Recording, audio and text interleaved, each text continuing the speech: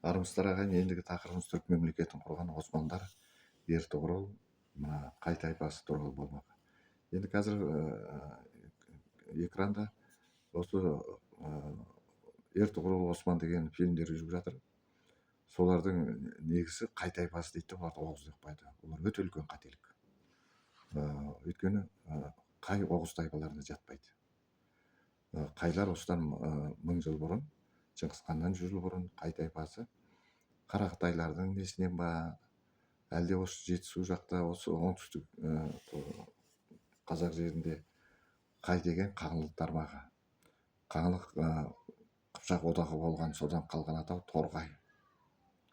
Торқай, жаңағы Торай болып кете береді ғой, қай деген Торқай болған ғой басында. Қай деп отырғанымыз осы Қаңлының көп тармағы. Бізді ресейліктер жаңағы Қайсақ деп атады. Қай деген осы Қайсақ деп отырған жаңағы Қаңлы Қыпшақ одағынан қалған атау ғой.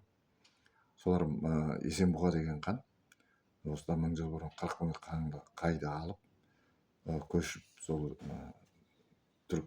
Рум дейді ғой, Рум жеріне кетіп қалған. Ол жақтағы оғыздарды күшейтіп, оғыздар гректерден жеңіліп, қазіргі Түркияның жерінің көбісін гректер билейтін.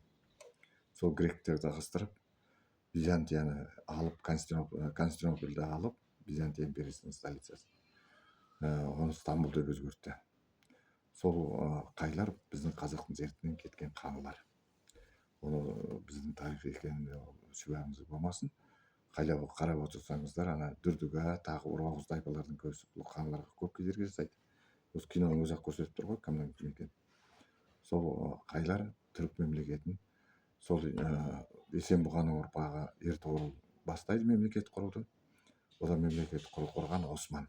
Осман империясы деп жүрген сол.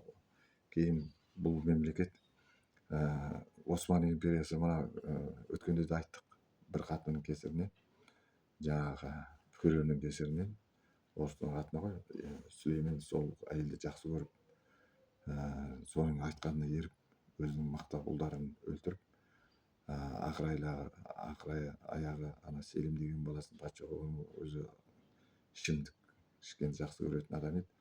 Айланып келген ұрпағы азғындап, түрік мемлекетінің негізін құлатты. Бұлар орыстардан да жеңілді, көп жерден ағылшыннан жеңілді. Содан соғысып Мұстафа Ататүрік мемлекеті қалып, сол не деп атаймыз дегенде мемлекетті Түркия деп атады. Егер бұлар тек қана оғыздар болса, не Түркмения болатын еді, не Оғыз мемлекеті болатын еді. Бірақ Түркия болып тұр, өйткені мемлекетті құрған бүкіл түрік ұрпағы, оның ішінде қазақтар да бар, оғыздар ғана емес. Бұлар өздері жаңалық қайларды Оғыз деп береді, өйткені олар өздерінің тарихын білмейді, или білгісі келмейді ме, әдейі Оғызды жарнамалағысы келе ме, сол жағы бізге түсініксіз болып тұр. Бірақ қай ол қазақтың тайпасы, Қаңлы қай деген тармақ. Оның дәлелі біздің жердегі Торғай, Қайсақ деген атаулы сол қай тайпасының атынан қалған, осы жерден кеткендер. Тыңдағандарыңызға рахмет.